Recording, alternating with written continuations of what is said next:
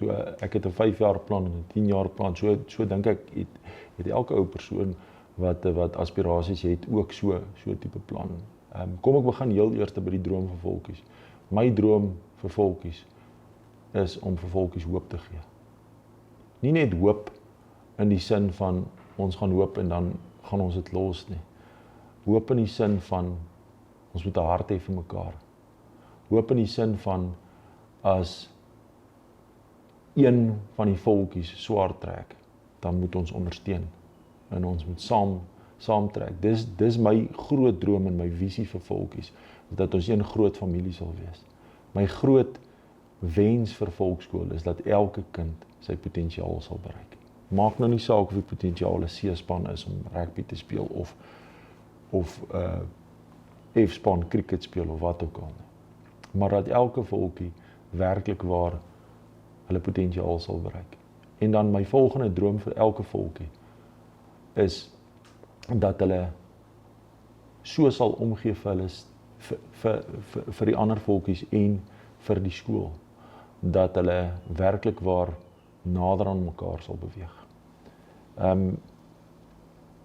My persoonlike doelwitte is ek wil heel eerstens wil ek beskikbaar wees vir elke volksleerder en vir elke ouer en vir elke onderwyser. Ek weet dit is nie altyd moontlik nie, maar ek wil hulle harte hoor.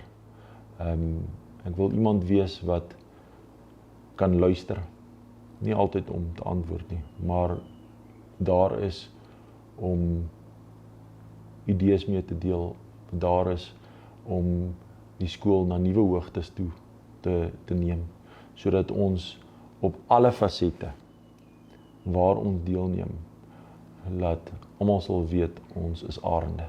Ek wil regtig waar uit die diepte van my hart uit dankie sê Potchefstroom.